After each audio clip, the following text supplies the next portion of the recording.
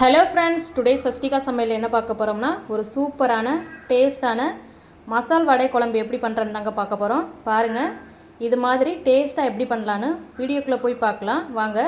வீடியோக்குள்ளே போகிறதுக்கு முன்னாடி மறக்காமல் நம்ம சேனலை சப்ஸ்கிரைப் பண்ணி வச்சுக்கோங்க ஃப்ரெண்ட்ஸ். அப்போ தான் நான் போகிற வீடியோஸ் நோட்டிஃபிகேஷனாக வரும். வாங்க வீடியோக்குள்ளே போகலாம்.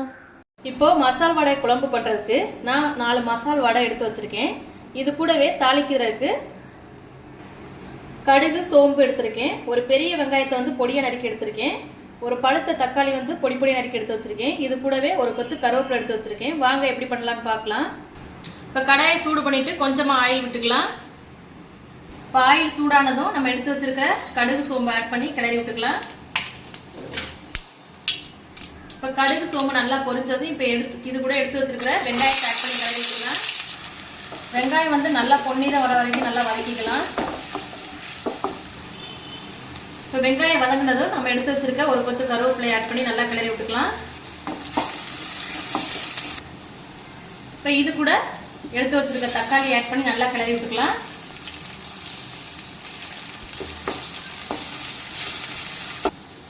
இப்போ பார்த்தீங்கன்னா தக்காளி வந்து நல்லா வதங்கி வந்துருச்சு. இப்போ இது கூட குழம்புக்கு தேவையான அளவு உப்பு ஆட் பண்ணிக்கலாம்.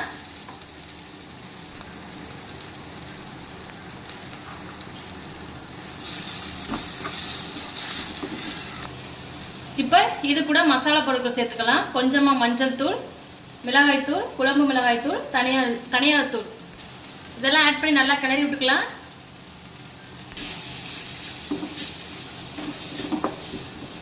மசாலா பொருட்களோட பச்சை வாசனை போகிற வரைக்கும் நல்லா கிளறி விட்டுக்கலாம்.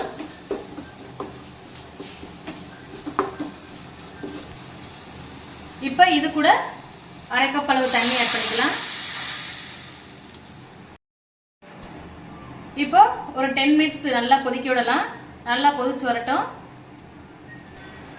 இப்போ பார்த்தீங்கன்னா 10 மினிட்ஸ் ஆயிடுச்சு. பாருங்கள், நல்லா கொதிச்சு எண்ணெய் பிரிஞ்சு வந்துருச்சு. இந்த பக்குவத்தில் நம்ம எடுத்து வச்சிருக்கிற மசால் வடையை இது கூட ஆட் பண்ணிக்கலாம்.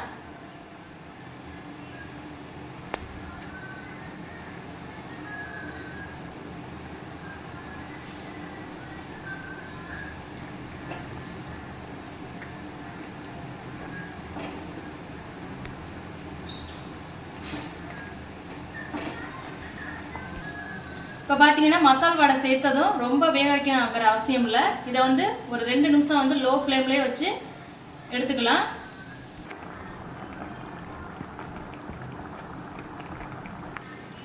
இப்போ பார்த்தீங்கன்னா 2 மினிட்ஸ் ஆயிடுச்சு ஃப்ரெண்ட்ஸ். பாருங்கள், நமக்கு சூப்பரான மசால் வடை குழம்பு ரெடி ஆயிடுச்சு. இப்போ கடைசியாக கொஞ்சமாக கொத்தமல்லி இலை தூவி அடுப்பை ஆஃப் பண்ணிடலாம்.